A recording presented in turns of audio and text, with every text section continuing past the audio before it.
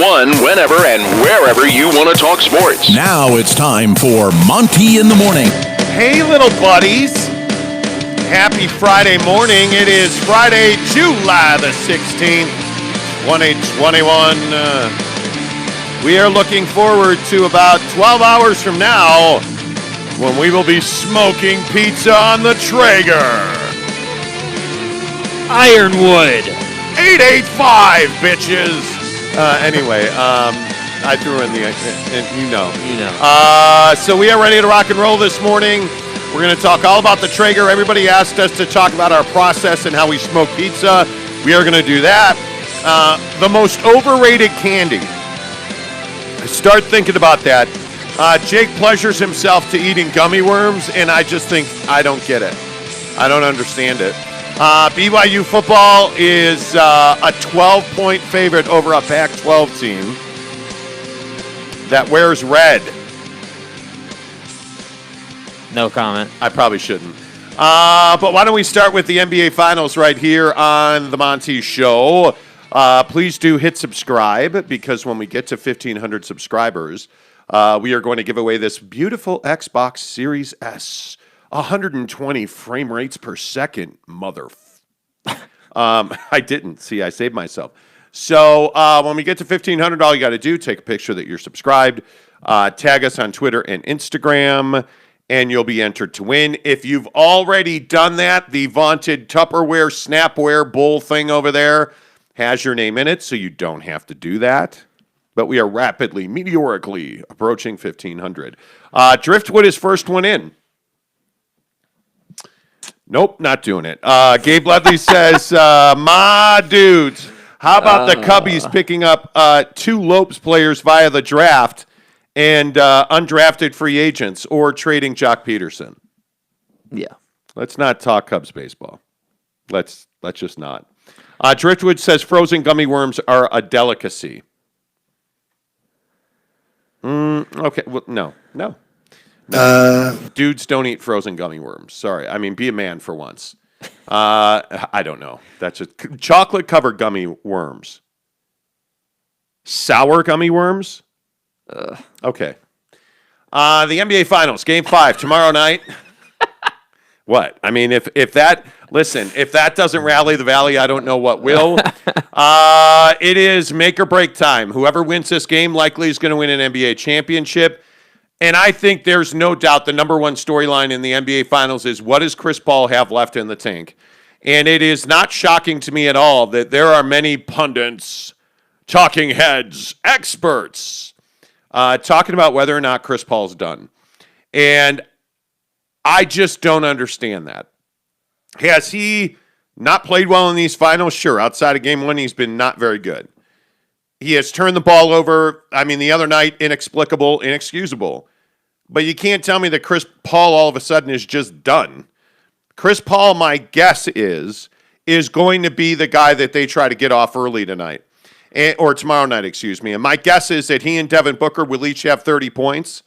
And back in Phoenix, the role players for the Suns will play well, Jake, and I think the Suns are going to win Game 5. Yeah, I think that the Suns have to find a balance early in the game between getting Chris Paul going and getting Devin Booker going, because they're both equally important. And I think that, in Game 4, it was clearly the game plan to get Devin Booker going early in the game, and then that just didn't really allow Chris to get going. So I don't know how you find that balance, other than to say, let's not just run offense for one guy. Let's run quality offense like you have been all year long. I mean, that's the thing that I feel like the Suns have to do. They just got to get back to who they are in the game that they play. I mean, these last couple of games, we haven't seen the Chris Paul mid-range, chaos that we all know and love. We haven't seen the pick and roll, being really effective at the top of the key. It just hasn't been a thing, and I don't really know why. It's not like the Bucks are playing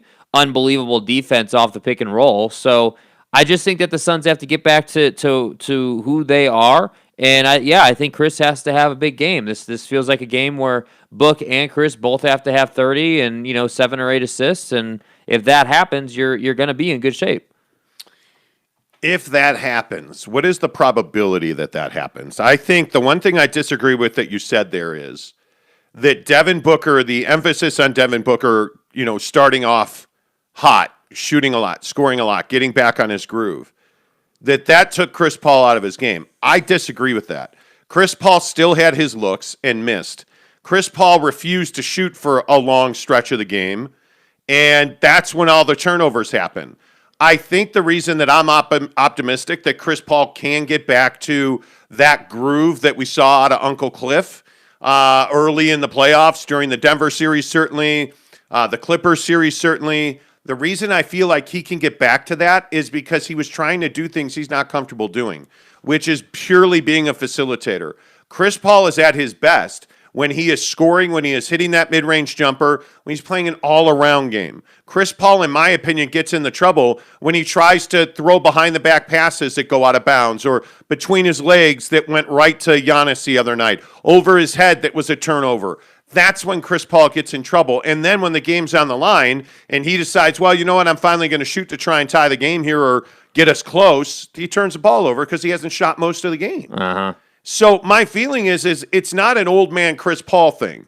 My feeling is that it is Chris Paul trying to do too much. That's what it feels like to me. Yeah, I don't think it's an old man Chris Paul thing. I think that's just a very surface level take out of national talking heads. I think it's very much a thing where Chris is trying to find the balance. I really do think that Chris Paul understands that. For them to win a championship, Devin Booker has to be getting, a lot of looks and has to be scoring a lot, which is fine. But I think Chris Paul, has to find his rhythm again. And I know I keep saying it, but they just have to get back to who they've been all year. This has never been an issue, where they haven't, where Chris Paul hasn't been able to find his groove when Book's on the floor and all this stuff. They haven't been playing their brand of basketball. And that's why I say, the Game 4 performance, I really truly, looking back at the game and the numbers and really how the game went, I really truly believe that was a game that the Suns handed the Bucks. I look at the numbers and I say, you guys turned it over 17 times and gave them 34 extra possessions or opportunities. I mean, whatever team you do that against, you're going to lose. So you were fine for most of this game and then had those critical turnovers at the end. So I just look at that and I say, okay, if they don't turn the ball over 17 times and Chris Paul doesn't fall over and there's not foul trouble for Devin Booker, all these really silly things that they were doing on the road, I start to feel like, all right, yeah, they're still fine. But wait, do you buy that? Because... And I don't think you're trying to discount what the Milwaukee Bucks did and how they played. But are you all in on the fact that the Suns gave Game 4 away? Yeah. You're all in on it. 100%. Yeah. I mean, the Bucks still had to make shots and do things, but at the end of the day, there's no getting away from the fact that if the Suns hadn't turned it over 17 times, and a lot of those turnovers are self-inflicted, it wasn't like the Bucks were playing this elite caliber of defense and, they were just, out dueling the Suns. A lot of those turnovers were silly turnovers, throwing the ball out of bounds. Chris Paul just throwing it over his head randomly, thinking that that's going to be completed when it's not. It never would be, in obvious situations. So, that's why I say I am. And if people want to disagree with that, that's fine. But at the end of the day, look at the wins. The Suns weren't turning the ball over 17 times when they won the game. So I'm just sitting here saying when the Suns play clean basketball and they execute at a high level, they're a better team than the Milwaukee Bucks are. And that's just what it is. But the Suns have to get back to who they are, which is finding those corner threes, which is, getting to the foul line more often. That's the other thing. And this, I guess, goes down the officiating rabbit hole, but I'm just sitting here saying that there has to be more of an emphasis for Devin Booker to get to the line. You can't just rely on jump shooting and three-point shots. He has to make it a point to try to get, guys like Drew Holiday in foul trouble. Try to get P.J. Tucker in foul trouble. It's going to be a little bit more difficult to get Giannis in foul trouble because of his size, but if you can, rack up some fouls on him too. That, I'd like to see that. And I think that plays to Monty Williams' feelings on the lack of aggression out of his club. I think when you look at the way that Devin Booker attacked, there wasn't a whole lot more of that. I mean, and again, I just go back to the what is being called one of the greatest plays in NBA Finals history, the Giannis block on DeAndre Ayton. And I say to myself, that's not really that great of a play. It's a nice play. His reactions were great. DeAndre Ayton is soft. This is not LeBron on Andre Iguodala. I don't even think there's a comparison there, frankly. I look at the way the Suns played in Milwaukee, and they were passive. Their role players were just not very good. Yeah. And that's what you expect in big games on the road, that your role players are not going to come through. I would expect this to be a completely different series in Phoenix. It's a 3-game series now. You're going to have to win 2 of these 3 to win an NBA championship. And my guess is, and if I was a betting man, I'd still put my money on the Suns, because I feel like the Suns are far more capable of winning back-to-back games, and they're far more capable than the Bucks are of winning on the road. Maybe tomorrow proves me wrong. I don't know, but I favor the Suns in this 3-game series. Yeah, well, I think you have to, obviously, because of the home court advantage. But secondly, I think we can't, when things get tough, right? Like when you lose a couple of games in a row and you're starting to question yourself and, oh my God, the sky is falling, you got to just calm down with that stuff a little bit and just say, let's think about who we are. We're one of the best, if not the best, road teams in the league. Did we show that the last 2 games? Absolutely not. We played horribly. We did not play well, and now the past is the past. It's time to reset. You're playing a 3-game series to win an NBA championship. If you take out the first 4 games, and I just said to you, hey, Suns, Bucks, 3-game series, Suns have home court advantage. Who you taking? I'm taking the Suns every single time. But again, we'll just have to see, because and we've talked about this all postseason long. Chris Paul, for whatever reason, now or earlier in the postseason, is prone to just stupid turnovers, playing like turning it over, playing me ball or hero ball, like just constantly taking shots he shouldn't. And that's nail on the head. I think Chris Paul's been a little selfish, and that final possession, I understand you want all great players to want the ball, but I feel like you had to get that ball to Devin Booker. And Book was open. You could have given it to him, and they just didn't. Gabe Ledley says, can't tell if it's cold or the lingering effects of dental work, but Monty's got the deep, sexy radio voice going this morning. I don't know that it's either. I can just simply tell you this lip thing with my teeth whitening sucks. And I don't know if it was an accident or what, but the inside of my lower lip is just raw and uncut. Raw. It's bad. And so I would highly recommend teeth whitening. I think it turned out great. But, man, there are some side effects that you just don't want to know about. Cody Strickland says, good morning. Jeremy Bolton says, good morning. Ifs and buts were candies and nuts. My aunt would be my uncle, and she's not. I think you're right. Yes. You can't go back and rewrite history here. But what I would say is that you absolutely can count on Chris Paul. And all the doubters of Chris Paul, I think tomorrow night you're going to be proven wrong. I think this is a situation where you're going to see the Chris Paul that we would expect. Again, I would say it's 65-70% both Devin Booker and Chris Paul have 30 points. Yeah. And if that happens, they win by double digits. And I just think in Phoenix, that's what you should expect. You should expect guys like Mikal Bridges. You should expect, frankly, guys like Ayton. Guys like, pick your Torrey Craig. Cam Johnson to play better at home in Phoenix, without a doubt. And I'll be interested to see if that's the case. I mean, the Suns just played very atypically, even in Game 3 more than Game 4. I mean, they shot their feet off in Game 4 just by killing themselves. But in Game 3, the Bucks dominated because the Suns never showed up. That's what I'm saying. The Suns did not bring a complete performance in Game 3 or Game 4. Game 3, you don't shoot well, and you're not even in the game. You lose by 20. Game 4, you shoot the hell out of the ball, but you turn it over a bunch of times. Like, these are things that are not that the Suns just don't normally do. And I'm also, to be honest, I'm also a big believer that the talent in the Western Conference is superior than the talent in the Eastern Conference. So the Suns have been playing, all these deep-ass teams in the Western Conference and beating them, You beat the Clippers, you beat the Jazz, you beat, whoever you want to point to. So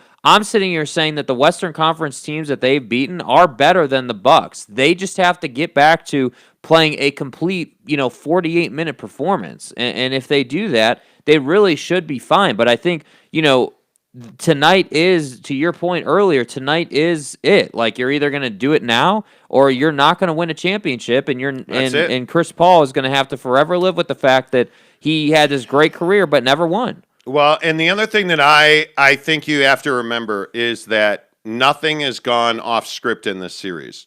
The home team have won every game. You're seeing the impact of pressure bursting pipes. I think on both sides, there's no doubt Chris Middleton didn't play well on the road in Phoenix. Giannis played okay, but you go back home, and Chris Middleton was unbelievable. And when Chris Middleton is unbelievable and plays well, I think he's the Bucks' best, most important player, and I think they win games. When Giannis goes for 40 and is dunking on dudes and Chris Middleton's over in the corner being an afterthought, they're not probably going to win those games. And I think the Suns, by the way, it should be noted that as soft as DeAndre Ayton played in Game 4, he actually stayed out of foul trouble. And as well as Giannis played at times, Giannis didn't have that 40-point masterpiece. The guy that won the Bucks the game in Game 4 was Chris Middleton. Yeah. The last 5 minutes belonged to Chris Middleton. The jumpers, the fouls, and I see people asking about refereeing and officiating in the comments. I mean, we talked about that at length yesterday. I mean, we did. I think that I think it's always going to be a conversation, and again, I'm going to stay consistent on this. Like, just the same way I treated the Jazz, I'm going to treat the Suns the same way. I just don't believe that the officials are the reason that they lost that game. Now, would it have helped if you got some of those calls correctly? Yeah, of course. Of course, sure. But at the end of the day, you lost the game because of the turnovers. And I know we keep talking about that, but again, you give any NBA team 17 extra opportunities, and most of those opportunities are going to be in transition and are going to be high-quality looks. It's no wonder they're in the game. I mean, imagine what the conversation we'd be having if they only turn the ball over 10 times. The Suns likely win the game. Yep. I agree 100%. Casey Finland, does have TV ratings come out for the finals yet? Yeah, I mean, they dominated Wednesday night by far. The game was the number one show on television by far. It was like a 3.9, I think. Number 2, NBA Countdown, which was a 1.0. So the game dominated. Now, I mean, you're not getting pre-pandemic numbers, but they were far more viewers this year than the bubble year last year. Like, the NBA TV numbers are healthy. There is no question that the NBA Finals is doing well on TV. There's a lot of people watching. I think Milwaukee being a smaller market, and frankly, I think I agree with a lot of the TV critics who say all those people being in the arena and then twice as many people outside as inside the arena. I mean, that's almost 100,000 people in downtown Milwaukee not watching TV. Right. So I think you have to count on that. And Milwaukee's already a smaller TV market, because not many humans live there. I mean, humanoids are all over the place there. And they don't really count as TV viewers. Yeah, if you're from Wisconsin, you're a humanoid. You're just not. Okay. I mean, I don't know that you're, physiologically a human being. Yeah. Okay. I'm pretty sure. Different DNA and stuff. It's kind of crazy. You're a zombie. I mean, that's the only way you would ever support the Packers. You have to be a brainless zombie, right? Obviously. Because being a Packer, here, let me hint to the drop again. It's a physiological. Physiologically, it's a non-starter. I get it. Thank you. Yeah, I get it. Yeah. Thank you. Yeah. Appreciate the drop machine works today. Bro, we've been talking for like 5 minutes. How you already rolling out? This is 21 minutes into the show. Okay, whatever. I want my drops, and I want them now. Whatever, dude. Gabe Lovely says, how about MLB All-Star Game outdrawing the NBA All-Star Game in terms of ratings? Yeah. Listen, I think the NBA... I don't think the NBA is more popular than college football. I don't think it's more popular than the NFL. But I think it's coming. And I think if this godforsaking pandemic would go away, if people would please get vaccinated, I just think that we could get back to living normal lives. And normal lives are routine. And maybe this is the norm now. Like Again, it's no secret we work at Yelp full time.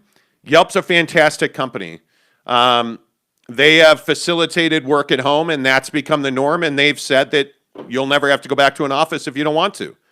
And I think there are a lot of companies like that. Now, Apple is pissing everybody off because they're forcing people to come back to the office. But I think our TV watching habits have changed. I mean, I know mine have. I still have, God bless DirecTV, I have access to every single college and professional game live when it's being played. I don't know if the pandemic has waned. I mean, certainly the pandemic damaged college basketball and football. Yeah. We didn't have an NCAA tournament. I think that there's also, on top of that, the way that players are not going to college anymore. Like, I think college basketball took a beating.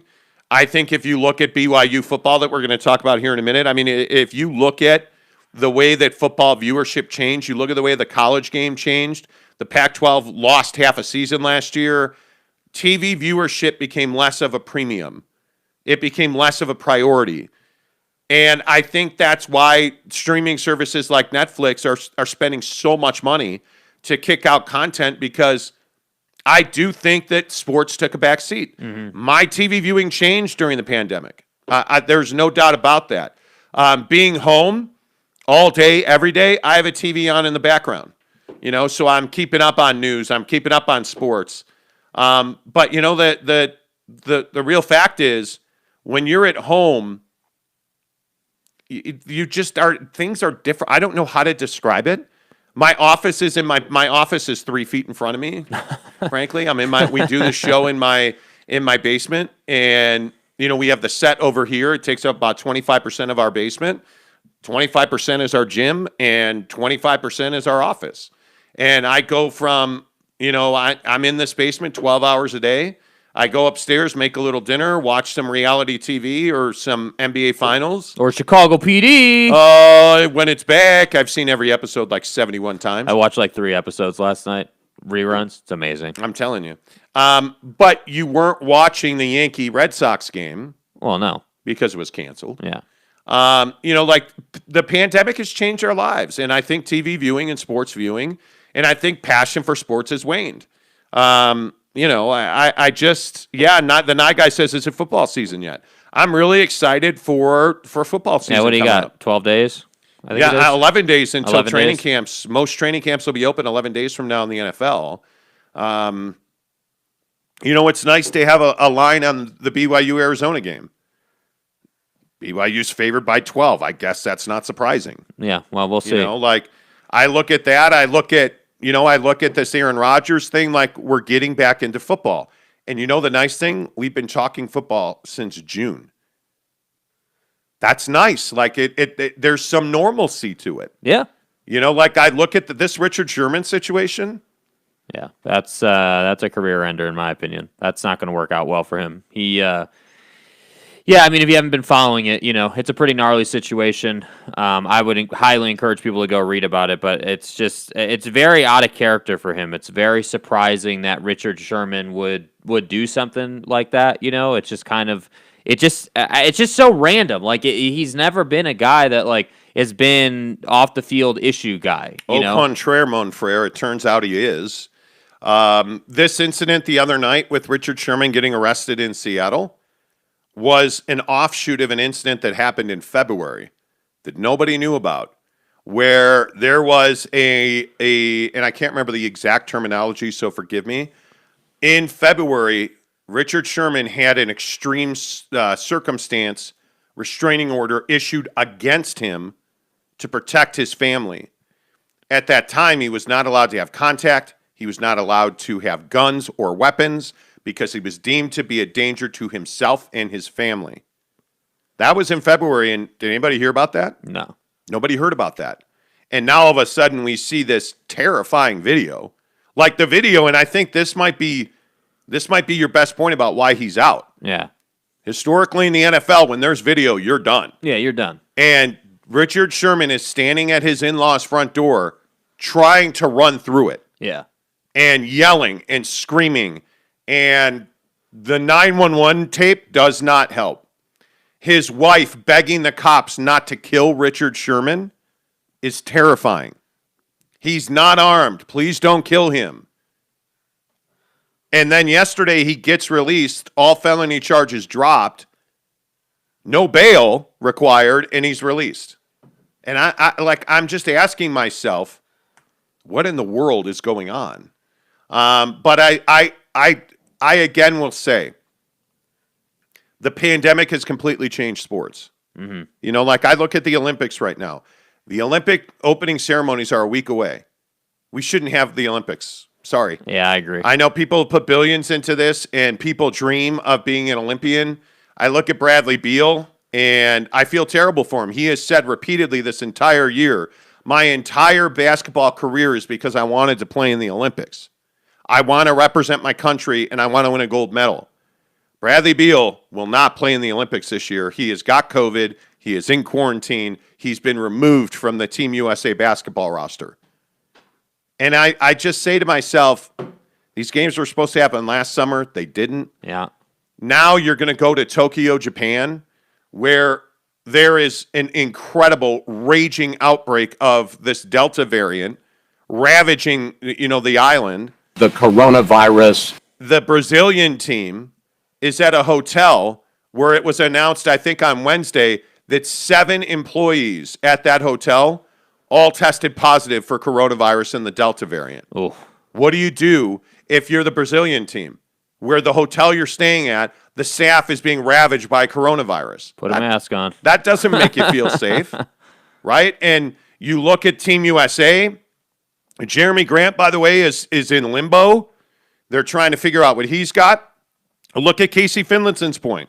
Casey says what sucks is the way MLB schedules games immediately after a fun, entertaining AllStar game, which, by the way, I thought was great.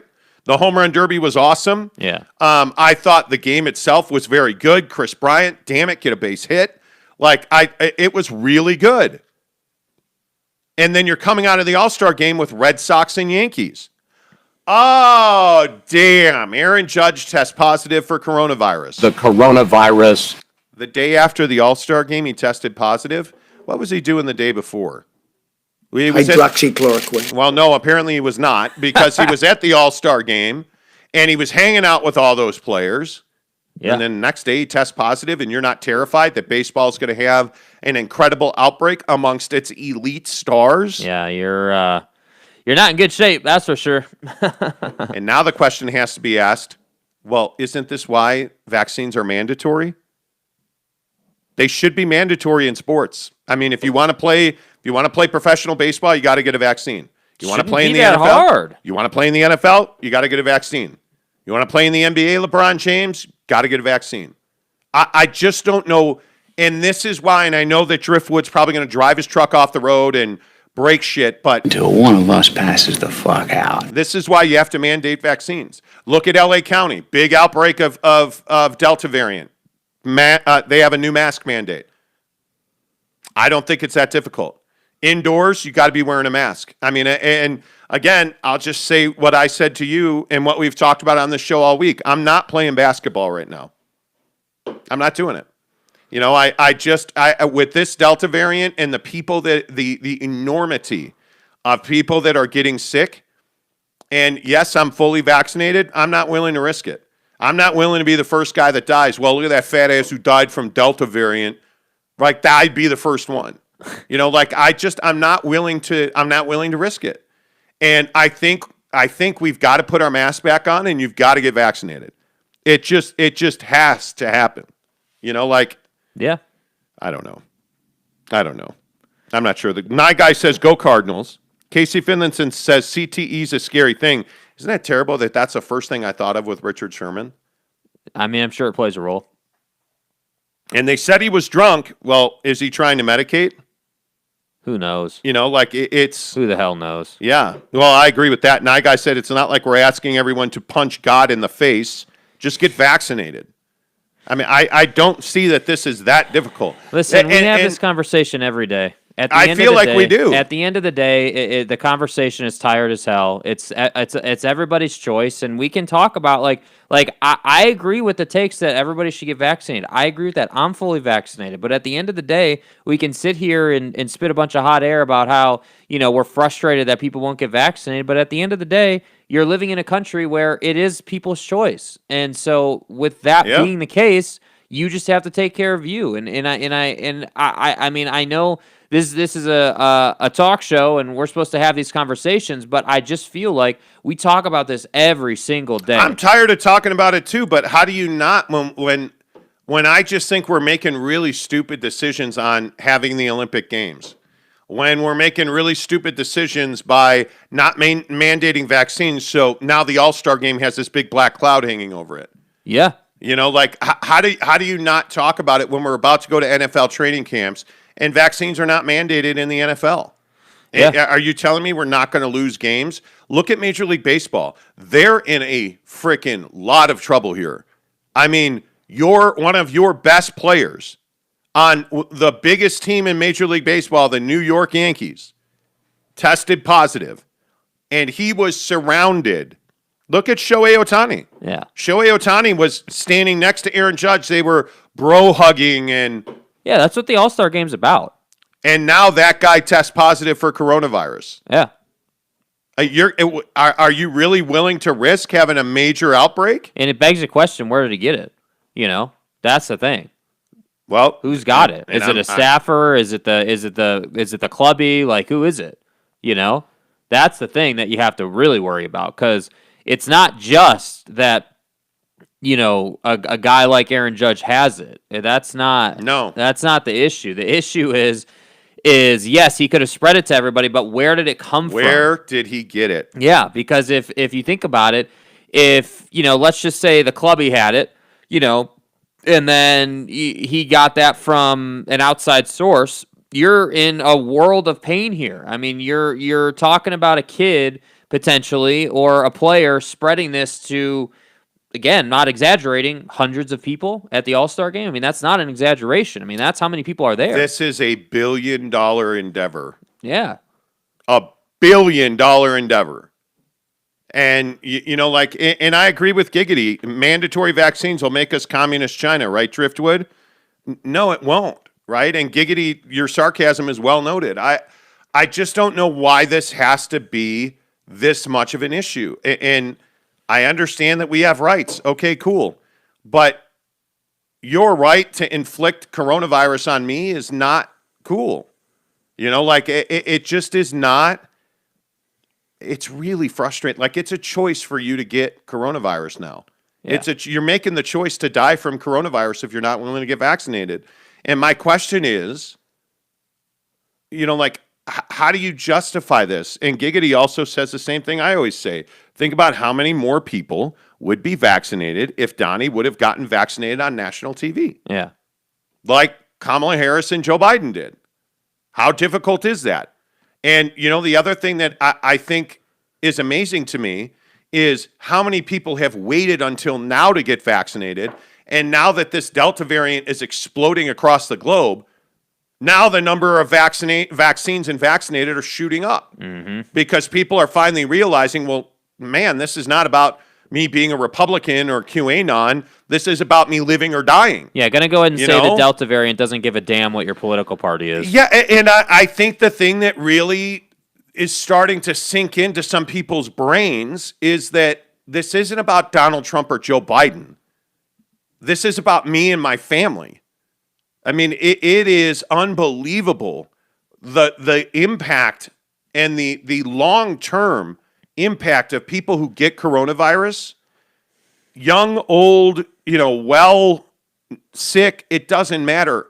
The long-term impact that this thing has on you, and especially now this Delta variant, and the reason the Delta variant is such a problem is because it's so easy to catch it now. Like, it is, the only people who don't spread it are those that are vaccinated. And even people who get the Delta variant of the coronavirus that are vaccinated still have flu-like symptoms. And it's really easy to spread. Mm-hmm. And so I think that's why so many people are scared of it. And so many hardcore anti-vaxxers now are getting vaccinated. Now, I'm at least encouraged by that. But it's guys like LeBron James. LeBron James is a incredibly important figure in the black community. Right. And there is a lot of mistrust of vaccines in the black community. If LeBron James would get vaccinated and talk about being vaccinated, hey, here's why I did it. I mean, like the other thing that I heard on the radio yesterday, I was listening, yes, I have no life. I was listening to NPR yesterday. And one of the hosts is not vaccinated. And his rationale is, I have a fear of needles. And it's like, does anybody like needles? Is there anybody who likes getting stuck in the arm with a piece of metal? No. Everybody has a fear of needles, dude. Anyway. Yeah, I mean, it is an excuse. It is an excuse. Yeah. Jeremy Bolton says, I hate the sheep comment because it's ironic, right? Who has been telling you to tell people they are sheep? Yeah, absolutely. Where are we at here? Driftwood says, you cannot be forced to receive any healthcare treatments you do not want. Yeah, that's absolutely right. I'm not going to go there. Jeremy Bolton says, people are trusting their Google skills over the CDC, who invest $6.5 billion and their life's work into studying diseases. But my freedoms. Yeah, I mean, the problem is your freedoms are impeding my freedoms. It is, I'm fully vaccinated, and I can't go to Harmon's without putting on a mask because your freedoms. I have to worry about my mother-in-law who was here last week. I have to wear a mask because I'm worried about getting my mother-in-law sick or her getting sick. I mean, it's common sense. The Night Guy says, living on our flat earth, thank God we can choose science last. Yeah. And this is the problem with Driftwood. And Driftwood, with all due respect, you're part of the problem. He said, if you don't care about your freedoms, then great, keep being a good little sheep. And I agree with Jeremy Bolton, and the sheep comment's a problem. It is, if you don't believe that vaccines are saving lives, I just don't know how to explain this to you. Who's the one that's really being a sheep here, if we really think about this? Correct. Because I don't think that being pro-vaccine makes you a sheep. In fact, I would say that makes you part of the whatever the opposite of being a sheep is, which should be, the lion or the wolf or whatever. You're being proactive about ending a pandemic, whereas you, the guy who is, putting up this facade of pro-freedom, is too damn scared at the end of the day to get a vaccine, even though you've been getting vaccines your whole life, right?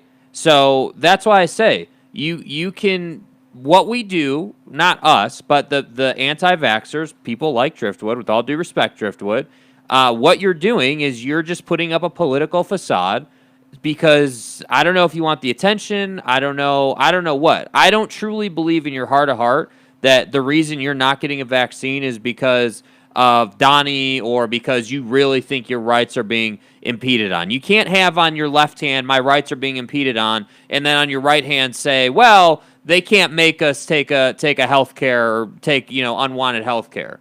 You can't have it both ways, and that's what you're trying to do. And the thing about this thing is, it's my choice. Well, then what do you say to women? What do you say to women about reproductive rights? What do you say to women about abortion? What do you say to women about just about anything related to their health where, oh, no, you can't do what you want to do. It's your body, but it's our law. Well, then how do you balance that? Because it's the conservative part of our political system that's anti-abortion, that's anti-women's rights, that's anti just about everything that has to do with human rights.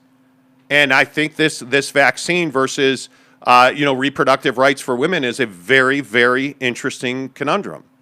Because you're in favor of your body, your choice when it's not a woman. And I think that to me is classic really hypocrisy. Frustrating. Funny, that's exactly what, comment dump, sorry about that. That's exactly what Gabe Ledley said. My body, my choice, unless I'm a woman making reproductive choices. Yeah, exactly right. Yeah. Cody Strickland says Space Jam is out on HBO now. Well, thank God. Driftwood says, I'm willing to risk never having sports again if it means keeping our freedoms. This has nothing to do with your freedoms. Help me understand that. He can't help you understand But it. I want to hear him try. What is it? What is getting a vaccine have to do with your freedoms, dude. Like, it's not like you're being chained to a fence and saying, hey, you're not coming out until you get a vaccine, guy. Like, at the end of the day, the vaccine, the numbers are there. The numbers are absolutely there. The research that says they're effective is there. The research that says the actual real life human trials that are going on in this country right now with millions of people being vaccinated, there's nobody that is seeing terminal long-term impacts. There's no birth issues. There's none of that. You know what I love about folks that are in the driftwood camp or in that camp of politics?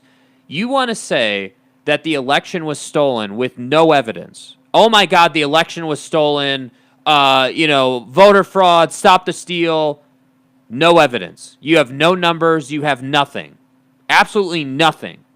Yet when it comes to a pandemic, you have all the numbers. You have research upon research, numbers, like real world examples, science-backed trials. But we're the sheep. The people getting the vaccine are the sheep. And by the way, Donald Trump got vaccinated. Donald Trump wants credit for the vaccines. That's what I'm saying. You're dying on a hill of hypocrisy, dude. Like if you just and this is where this conversation always goes, which is why I dread having this conversation. Because at the end of the day, the Trump supporter who doesn't want to get vaccinated has absolutely no legs to stand on here. None. And it's just so easy to chop your legs off in this conversation because you don't have proof about anything that you're passionate about, whether it's not getting vaccinated, voter fraud, stop the steal, like all this stuff. Your takes are not backed up. It's why guys like Driftwood, with all due respect, Driftwood, and I respect you as a man and a human being, and I appreciate that you're here every day.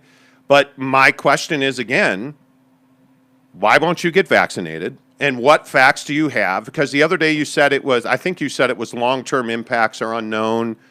That's not true. Long-term impacts are known, including that the coronavirus. Casey Finlinson, I think, talks about it all the time, that he was either dealing with for a long time or still dealing with side effects from getting coronavirus. Casey had it. And look at Casey. I always joke that Casey's got like an entire football roster of children. Like he's got things to live for in a purpose.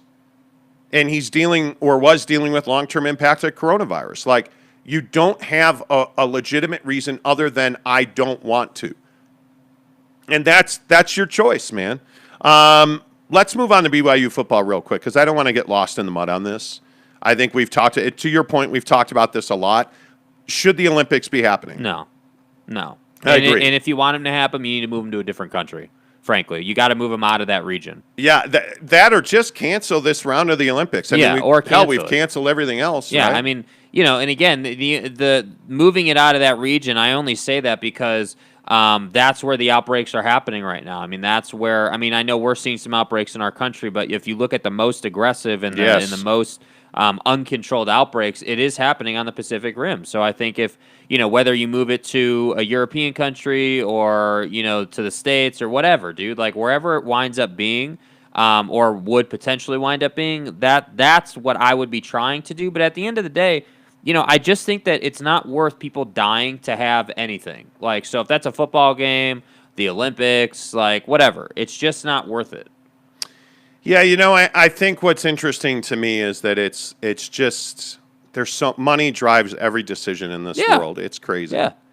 BYU football is riding a wave of momentum. The conversation this week around BYU Notre Dame 2022 kickoff classic at Allegiant Stadium in Las Vegas is real, and it looks like that's going to be announced whenever they finish these details. And BYU is plus 12. They're a 12-point favorite over Arizona football. Now, Arizona sucks. With all due respect to Jed Fish, I think they've lost 10 or 12 in a row. But BYU's a 12-point favorite with their best talent in the NFL. I'm a little surprised by that. That's a huge number against a Pac-12 team. So is that more about Arizona or is that more about the uptick in quality at BYU? I mean, I think it's more about the uptick in quality at BYU, but at the end of the day, BYU is with all due respect, I think is in a prime position to have sort of a letdown season if you think about it. You just came off one of the best seasons you've ever had. You had a bunch of talent leave the team to go to the league, and now you're in that classic situation where you're trying to backstop. You're having a quarterback competition between these four guys. Like you're in a place where you're still trying to figure out your team. So to say that. And again, I know that Arizona is nothing to write home about, right? Like they're not a special team or anything, but to say that they're a 12-point favorite just seems a little bit aggressive. I mean, we don't even know, really who's gonna be the guy at quarterback. I mean, that's the biggest question that I think you have for the team. I mean, sure, you've got some questions at the skill positions, but at the end of the day in college football, your quarterback defines how far you're going to go. So we don't even know who that starter is going to be yet. Yeah, it's interesting. Well, and I don't even know that the quarterback's the biggest issue. I mean, you're replacing guys like Dax Milne that were so pivotal to that BYU offense. But it'll be interesting to watch.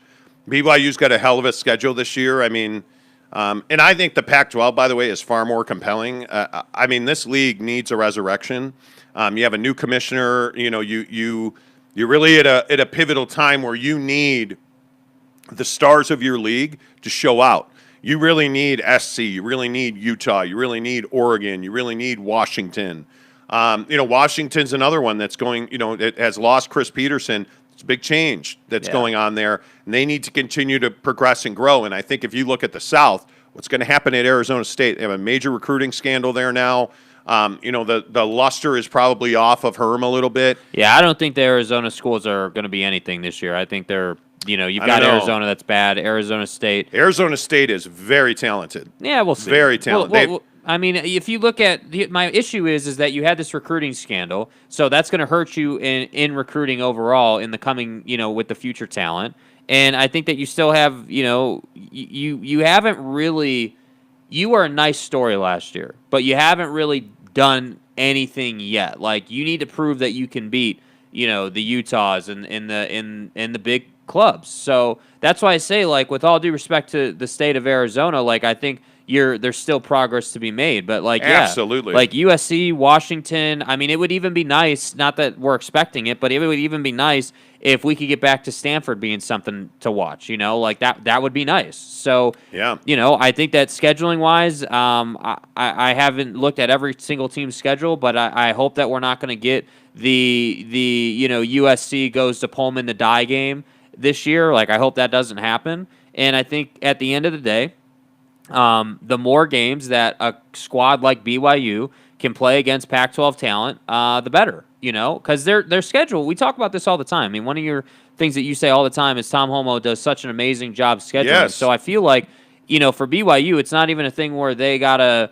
prioritize playing the Pac-12. I just think that BYU is like, all right, well, let's try to play as many, P5 teams that we can. And if that happens to be Arizona State or that happens to be Alabama, whatever it is, like, we just want to load up the schedule. That way, the 1 year we do get the 8 wins, the schedule is not a talking point because it was against the best talent. Well, and I think the Pac-12 has a lot of questions. I mean, how good is Charlie Brewer at Utah? I mean, that's a guy that you're bringing in that transferred in, after Jake Bentley went to South Alabama, I think it was. But I mean, if you look at where you're at, I mean, again at Arizona State, Jaden Daniels is a huge question mark. I mean, he needs to have a really big push this year. I mean, this is always that tipping point year. If you look at Oregon's got two quarterbacks, not one. That's what I'm saying. In the Pac-12 right now, you're at that point with a lot of these teams where you're on the carousel right now. You're going through the attrition portion of college football and trying to figure out, all right, like Utah is an example. Are we still going to be, hey, run the hell out of the football, don't have any wide receivers, and don't have a quarterback? Or are we actually going to have a quarterback, have a good run game, and maybe one or two wide receivers? Like these programs that have been defined by playing this particular style for so long, I just feel like the Pac-12 is thirsty for a team that can put a complete product on the field, and we haven't seen that like in a long time. Yeah, it'll be interesting to see exactly what happens. I mean, Charlie Brewer is a fascinating prospect. Mm-hmm. I really don't think we know. I don't think we know. I mean, this is a guy that's a Texas high school quarterback. My guess is that he's going to come in and have a big impact on this program.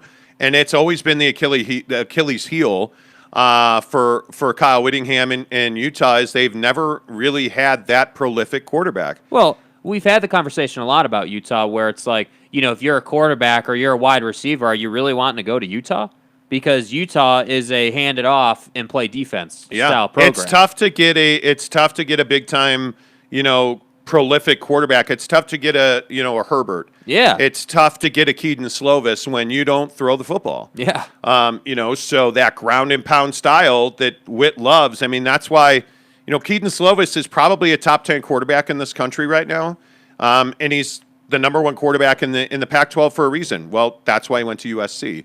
And I think when you look at Washington, like Dylan Morris is, again, Dylan's probably a top 50, top 40 quarterback in this country, but that's also why he went to Washington. Yeah. I mean, because those guys put quarterbacks in the league. You look at Oregon, and that's what's so surprising about Oregon is that Oregon doesn't have a prolific quarterback right now. They're splitting reps. When you have a guy like Justin Herbert who left a legacy there and again, I never thought that we would see a day where Washington State would have a better quarterback situation than, either of the Oregon schools or Washington. Yeah. But with Jaden DeLora, you absolutely have a better quarterback situation at Washington State than any of the other schools in the Pacific Northwest. Like, that's the way that football changes, and that's why when you're coming out of a year like the Pac-12 had during the pandemic, and you see the way that teams fluctuated, there were some teams that thrived in recruiting. Arizona State thrived in recruiting. It legally or illegally. Well, to be determined, Mr. Reggie Bush, but we'll see exactly how that goes. By the way, I would not sleep on Cal this year because Cal has Chase Garbers, and I think that kid is going to be – I cannot wait for college football to be back. And having said all of that, I think BYU is going to have a very difficult time winning 6 or 7 games. Their schedule is absolutely nut busting. It is, man. But that's what you want. That's what you need. The schedule can't be a complaint, right? Like you can't. The problem is, and what all the Utah homers are going to say is that, hey, you won 10 or 11 games last year on a weak-ass schedule, right? You had this or you had that, and that's fine. I mean, it is what it is, but I think for BYU, I can appreciate the commitment to having a difficult schedule. I think that there's a lot of respect and honor in that, and I think that, again, it's going to be the age-old discussion that we're going to have week in and week out with that team about are they going to make 6 games happen or not? And my feeling is that's going to be a fight for sure. Okay, wait. We need to stop for a second. We're not vigilantes on this show. There's like this huge argument about Driftwood and banning him, and this is a place where you come to give your unvarnished opinion. Yeah. And I want you to understand something. Nobody has to agree with you. You are free to give your opinion on the show. We have talked about this routinely. Mm-hmm.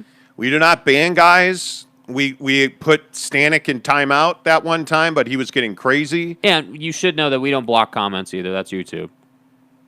You are here because you are free to have your opinion. If you don't like somebody else's opinion, shouting them down and telling them they're stupid, and that's exactly what we don't do on this show. You have the freedom to have your own strong opinion. There's nobody here that you're never going to hear me say, I don't want you here. You are free to be here every day. If you're uncomfortable being here, when you throw your opinion out, I don't think that you should expect people to ignore it. We have a very active comment section on this show every single day. So I would just tell you, you are welcome to have your opinion. Whether it's Driftwood or anybody else. Driftwood, I respect your opinion. I value you as a listener to this show, a viewer of this show on YouTube. Certainly, you are valuable to me. I respect your opinion. I would ask everybody in this comment section and everybody who watches this show, do not violate that. Respect that. This is a show that has an open forum and open opinions. We certainly have ours, and we're never going to tell anybody we don't want you here, you can't be here. Yeah. We'll disagree. Respect this show and what we stand for as a show. There's a reason we're not on the radio. We could be on the radio, by the way. We have chosen not to do that because we like to do things without rules. We like to do things our way on this podcast. And so if you're going to be in the comments section, I don't want to see hey, get out of here, nobody wants you here, because people do want you here. And everybody's opinion's welcome. Just having said that. Okay, so who got their head chopped off in the comments? Driftwood. Oh, okay.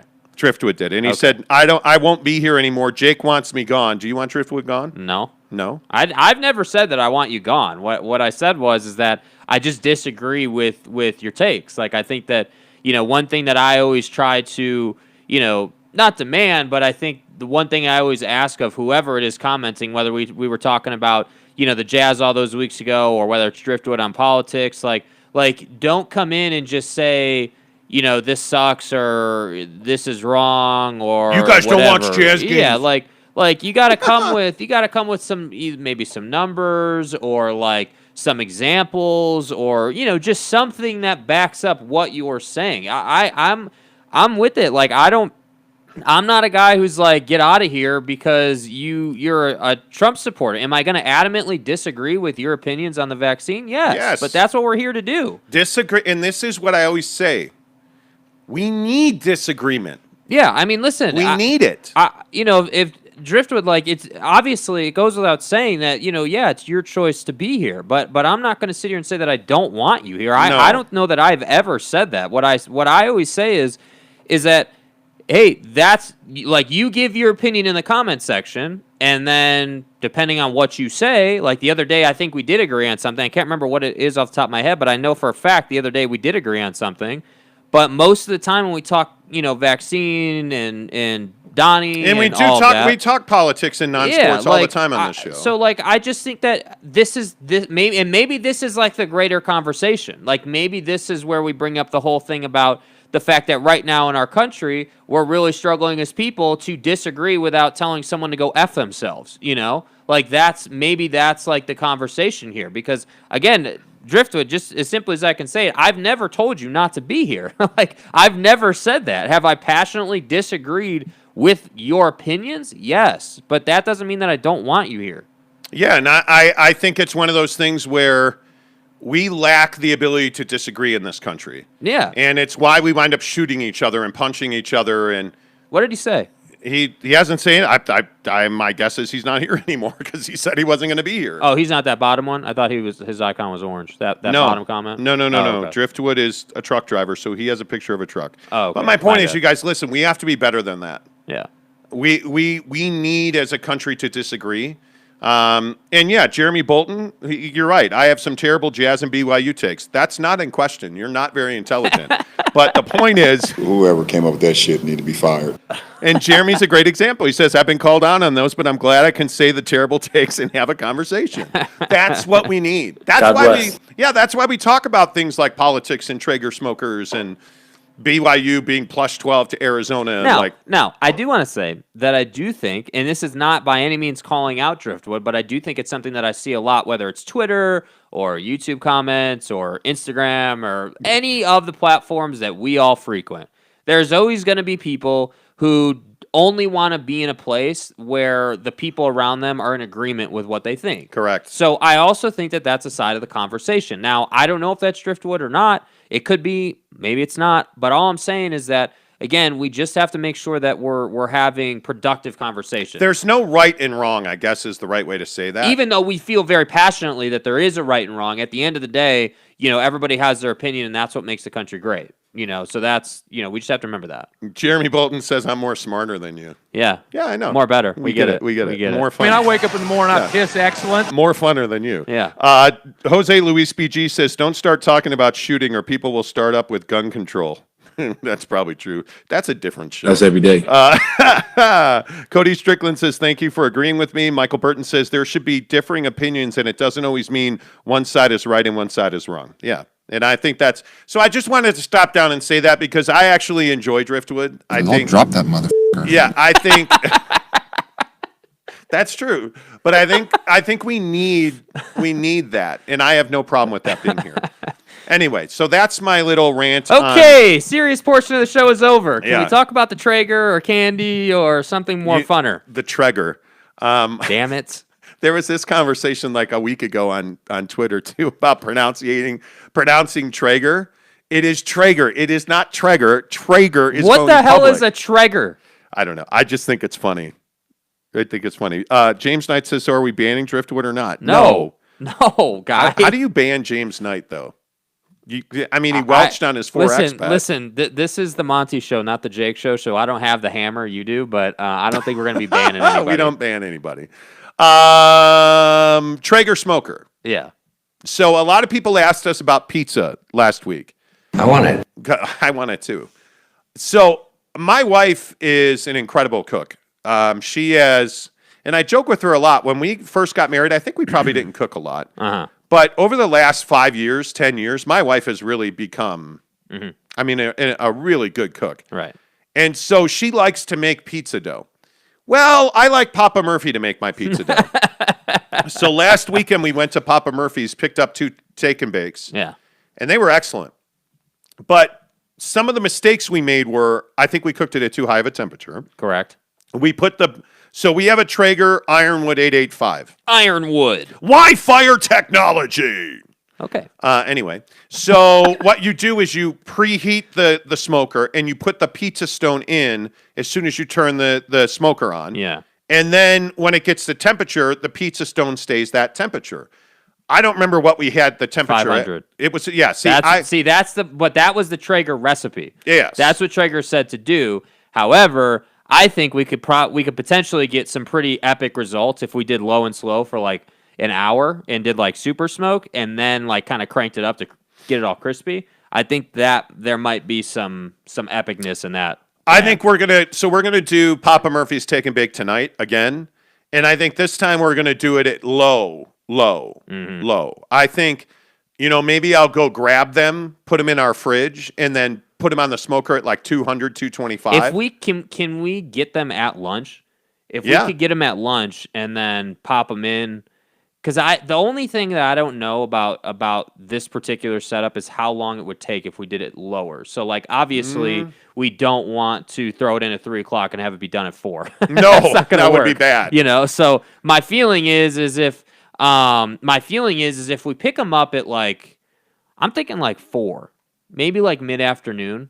I have some overtime this week. I might be able to swing that. I got some overtime this week. So if we pick them up at 4 or like 4:30, like mid to late afternoon. Yes. Bring them home, pop them on at like 200 cuz what's the cap on super smoke mode? 225. So super smoke mode basically means an intense smoke experience because the Traeger has the ability to like really cook at temperature and superheat smoke, and it has like a motor in there that convects the smoke around the food you're cooking. Which is why the Ironwood model, whether you do the 6 series or the 8 series or whatever size you get, the Ironwood setup, that's why Traeger pushes it so much because of, I guess, my and I don't know the exact science behind it. I'd have to really, do homework on it, but my understanding is the motor that particular model has, I guess, is stronger. It's like beefier.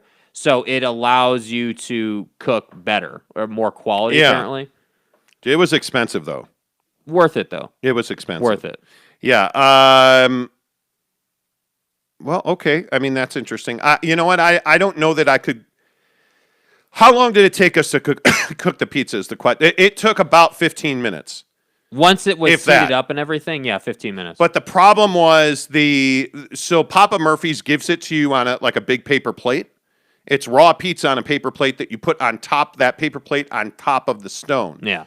The problem was the stone was so hot that it cooked the paper and then overcooked the crust. It wasn't burned. It was really crispy, though. It was crispy. I actually really enjoyed it. But I loved it. It was probably a bit over the top. But I'd like it to be just that light brown color. So we'll mess with it, but essentially I think we're going to try it at 225 and maybe cook that pizza for 2 hours. Yeah. And just kind of monitor it on a regular basis and then see. But what do you want to do tomorrow? Because I think this might be whitefish this weekend. Yeah, I want to do either whitefish or chicken. Something up that alley. I could see.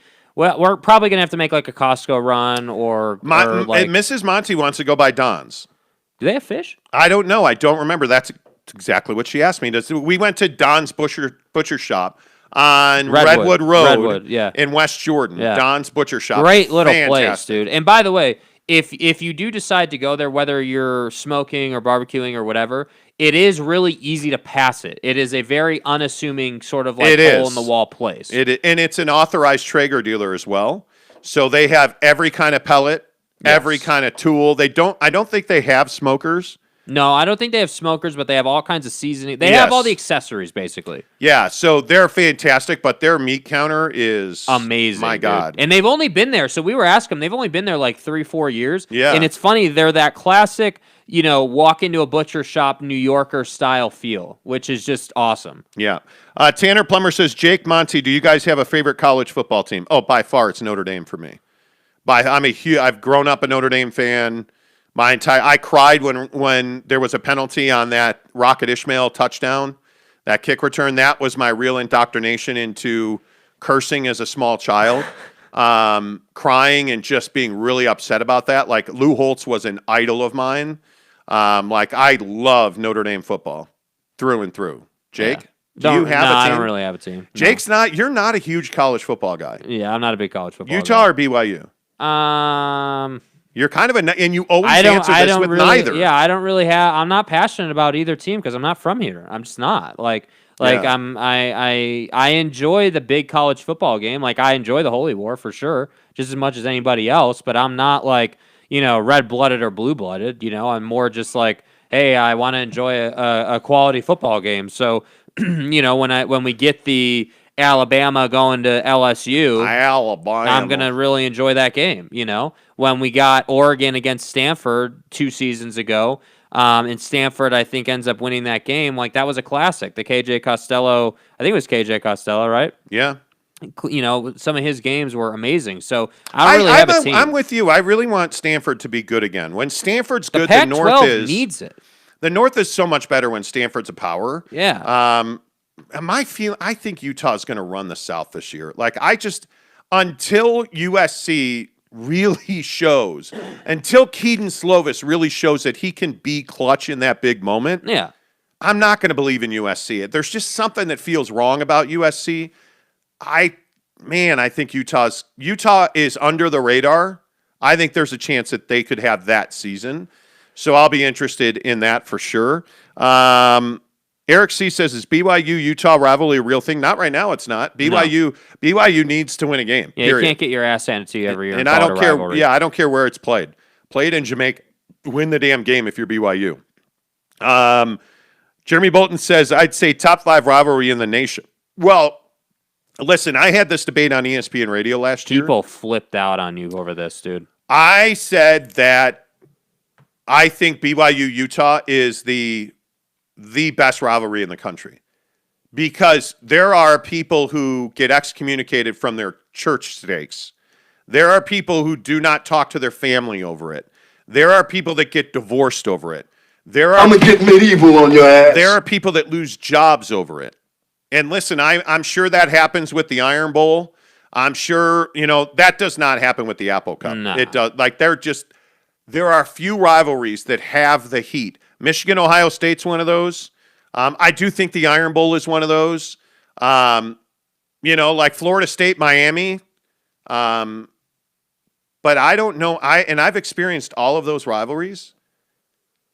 I don't know that there's one that is with as much personal. Yeah, it's personal here. Soulful dislike for the other. Because you think about it, what's the difference? They're 40 minutes down the road from each other. There's you know what? Best friends play on the opposite side. Yeah. But, you look at, I don't know, man. I think I look at Zach Wilson, who grew up a Utah fan. I mean, I don't know a rivalry that has that kind of heat. It's a huge rivalry. It's a great game. It's a great game. Like that. I don't know. You know what football is for me? I romanticize cold, crispy fall day with the smoker out back and football on the TV. Correct. That's what football Chill is in for the me, air. dude. Chill in the air, a little breeze through the trees. Yes, that's what football is for me. BYU and Utah on the TV. And it's phenomenal. It is I mean, it's phenomenal. We're such dudes on this show, bro. It's phenomenal. Casey Finlinson says Jeremy Bolton says at Casey Finlinson, we're going to break through and freaking end the streak this year. I don't know, man. I hope so, but I doubt it. I think Utah's very good. They I can only say are. that so many times. Yeah. Casey Finlinson says the thing about BYU Utah is it's a religion thing as well as a neighbors Yeah, thing. it is. It's a big rivalry, even though Utah has been winning. It's a huge rivalry.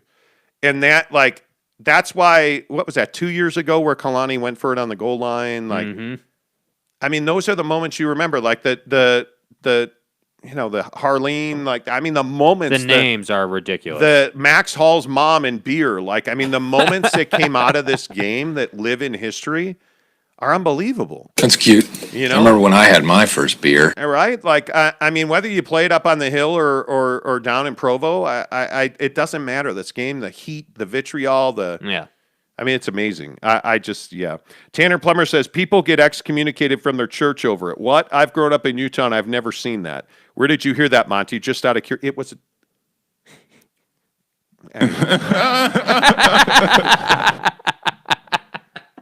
Come on, bro. Anyway, I know and I'm not going to say who it is. Oh. I know a BYU Utah neighbor rivalry that led to a guy on a lawn tractor driving over his neighbor's fence. And they had to go to the bishopric over it. Oh. I know the church gets involved. Gunther has incredible stories about it. Anyway. Dude's on his tractor lawnmower and runs a fence over. They had an argument. And I want to say, now this is 8 years old at this point, but I want to say that the one neighbor the BYU fan, painted his side of the fence. It was a property line fence. And he painted his side of the fence blue. And what he did is he painted it was a wood fence. So how they're offset every other one? Slats. Yeah, slats. Painted it blue and white. Well, the problem is he was not very good at painting.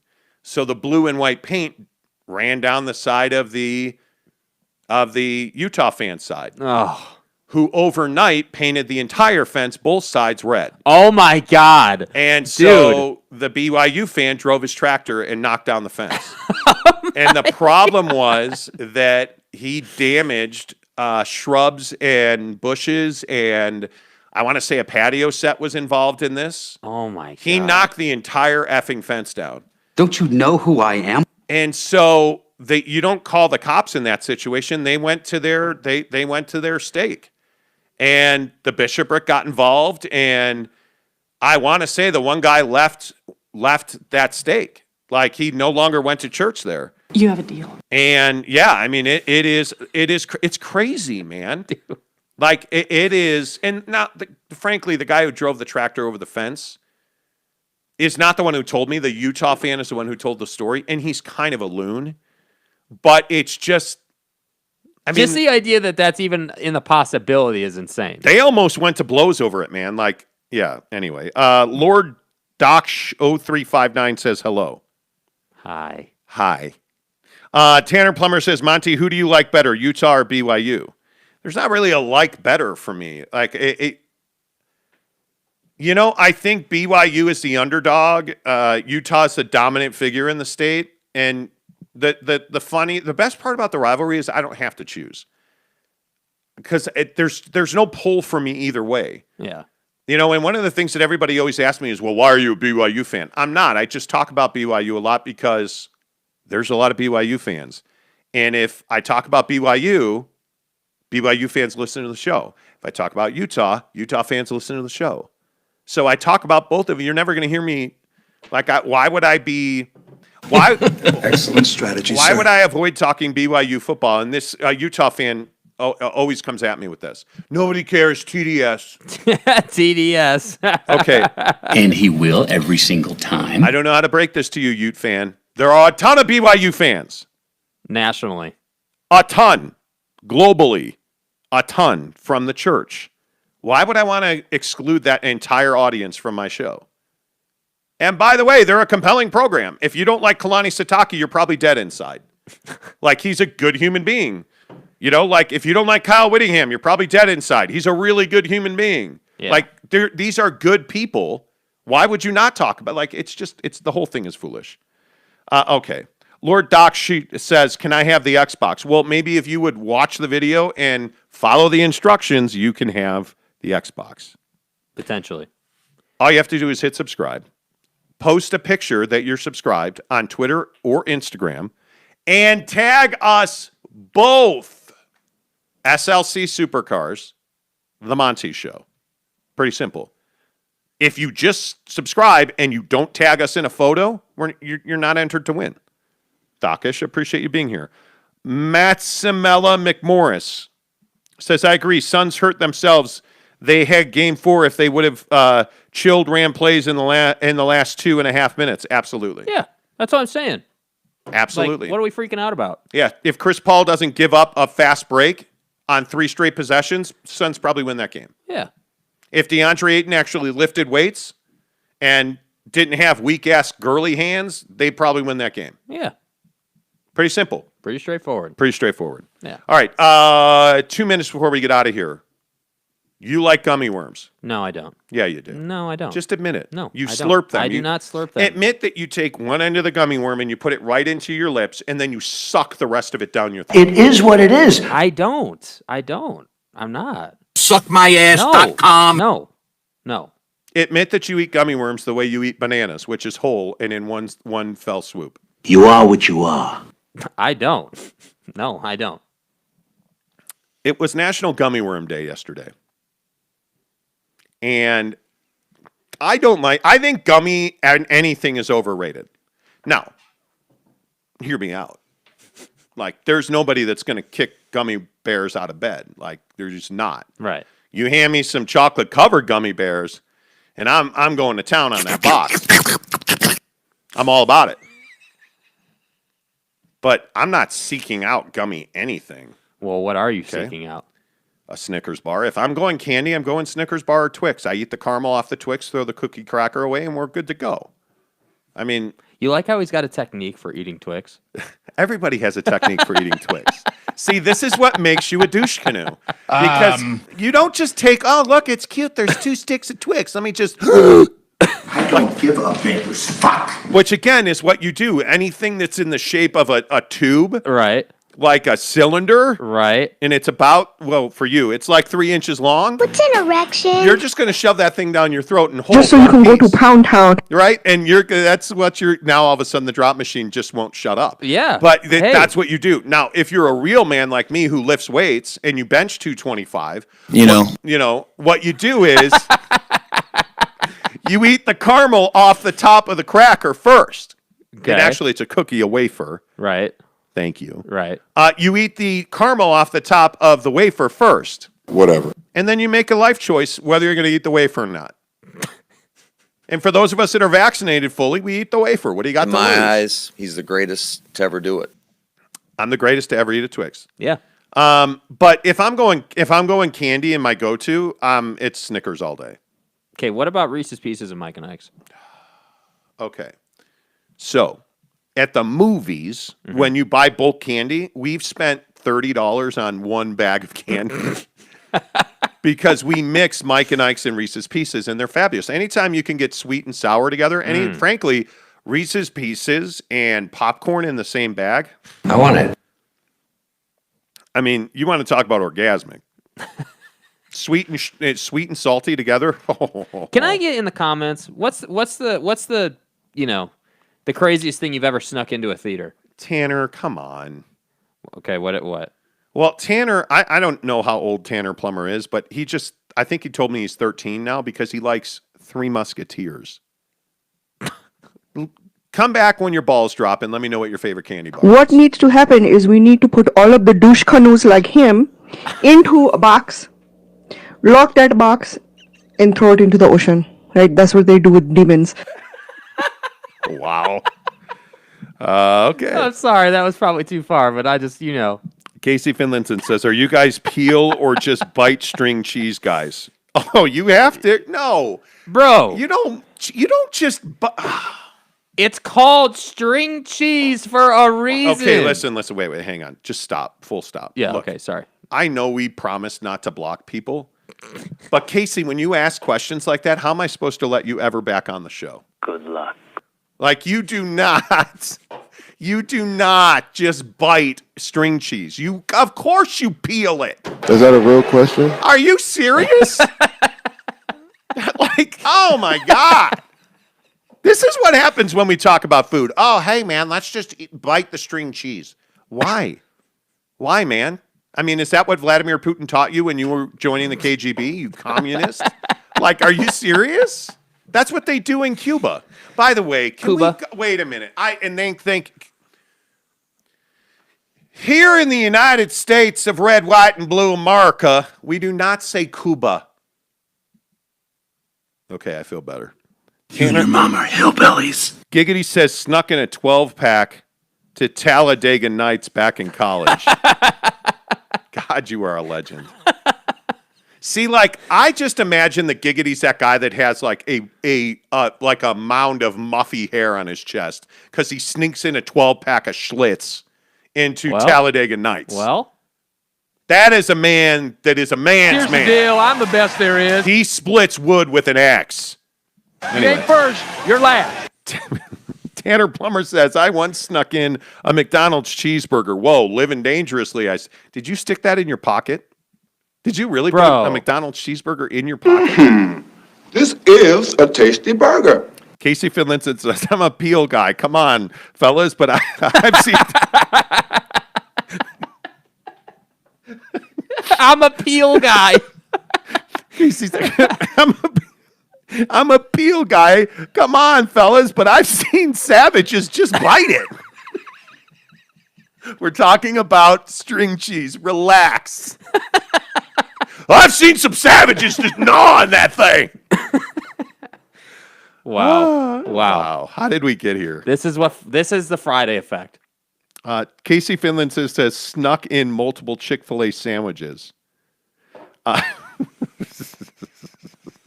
Tanner Plummer says, screw you, Monty. That's out of the window. Tanner Plummer says, no, I stuck them in my back pocket. McDonald's cheeseburger. See, and the problem is Tanner Plummer strikes me as a guy who wears one size too small jeggings. When he goes to the movies, come on, I said jeggings. That's amazing. Yeah, exactly. Like, how do you put a cheeseburger in your back pocket? Yeah, so how does that work, bro? Like, what? I mean, so when you snuck this in, were you wearing shorts or pants, or what? I mean, what was the setup here? So I lived with baseball players way back in the day, and we had a Friday movie thing that we always did, and so there was one guy who used to bring his own like candy. He used to bring granola bars. He used to like all kinds of stuff. Yeah. And the odd thing was he would shove it in his pants because he'd wear like loose sweatpants. So he would shove it in his underwear. And I'm like, dude, you're eating that? That's disgusting. If you felt these balls. Like, now, to be fair, like I will sneak in like a rock star, but I'll put it just in the back pants pocket and I'll pull like usually a jacket or a sweatshirt down over it so you can't see it, right? Mm-hmm. But we've snuck candy in my wife's purse or put a cheeseburger in your back pocket. We did sneak burritos in one time. Guy. We did burritos one time. Yeah. James Knight says, I'm going to pass on the ass burger. Dude, it's a good call. We did sneak burritos in. Yeah. That's right. Chipotle. Yeah. You know what I miss is that, Mrs. Monty, that theater in Phoenix, the Alamo House. Alamo Draft House went out of business. Very sad day. They didn't go out of business? No, they're fine. Oh, okay, cool. I miss going to Alamo Draft House. Well, I mean, you get nachos that are $75, but douche canoes. Yeah, it was pretty good. Exactly. So I was 9 years old, and my parents always bought me pants that were 2 sizes too large. So my pockets were very spacious. I don't want to know what you were doing under the desk. Wow. Wow. When Jenko jeans were a thing in the late 90s, you could sneak a full meal and a small group of friends in those jeans. Funny thing is, I always had those friends in my pants, Anyway, we sneak in Ben and Jerry's ice cream. Oh, damn. Yeah. Damn. Brandon Whiteside, you're a legend. Clutch. You're a legend. Clutch, dude. Tanner Plummer says, guess what movie I snuck the cheeseburger into? Oh, well, it was a Disney film, so probably The Princess Bride. Oh, now you're calling movies films. What do you mean? Isn't you can't just say movies, you got to say films. Isn't films is like the official term. I didn't even realize I said that. Yeah. Okay, thanks. The movie, like the film. What is it? Oh my God, The Seven Dwarfs. Snow White and the Snow White and the Seven Dwarfs is my guess, Tanner Plummer. That or Home Alone. But I don't know how old you are. I mean, it could be Beverly Hills Cop 1. I mean, I have no idea. Tanner, what movie were you seeing, dude? E.T. E.T. I remember, like, my mom took me to E.T. like 3 times. The second time I slept through it, and I was like, hey, wake me up in the bike scene. Greatest scene ever. Jeremy Bolton says The Notebook. Exactly right. It was The Notebook. There you go. I appreciate that. All right, Jake. Yeah, okay. Is that it? Oh, all right, yeah. It's over? Yeah, it's 8:04. Okay, I'm going to break the rules. What? There's a sneaker draw there. Don't. No, you are not buying shoes. There's a No, sneaker you draw are I not. want. No. See, I've been more committed. So we've had this side hustle to the side hustle to the side hustle that we've been working on. And we've made quite the substantial investment. And so this guy over here is still buying sneakers when I've deleted the apps off my phone. So I see how it is. No, you're not. Why do you need that shoe? Seriously. Because the resale value on it's massive. You don't need that shoe, dude. Stop. I hate you. Stop. Dude, it's the Wile E. Coyote versus Roadrunner shoe. Cool. Like, that shoe's amazing. Yeah, okay, cool. No, you don't need that shoe, bro. Fine. You don't need that. What else is it? It's all the Space Jam shoes are out today because the movie debuts this weekend. Are you going to see Space Jam? I have a little trouble supporting LeBron in that light, but whatever. Why? I don't Do you know. really? Yeah. Okay. All right, that's cool. Play the music. We'll, by the way, follow us on Instagram. We're going to do a lot of Traeger stuff today and tomorrow. It was Book of Mormon. You were 9 years old in 2005? Okay, wait, let me stop the music. Hold on. Let me get this right. You snuck a burger into seeing the Book of Mormon at 9 years old. That's about the most Utah thing I've ever heard in my life. Isn't that like a sin to sneak food into a movie theater and like that?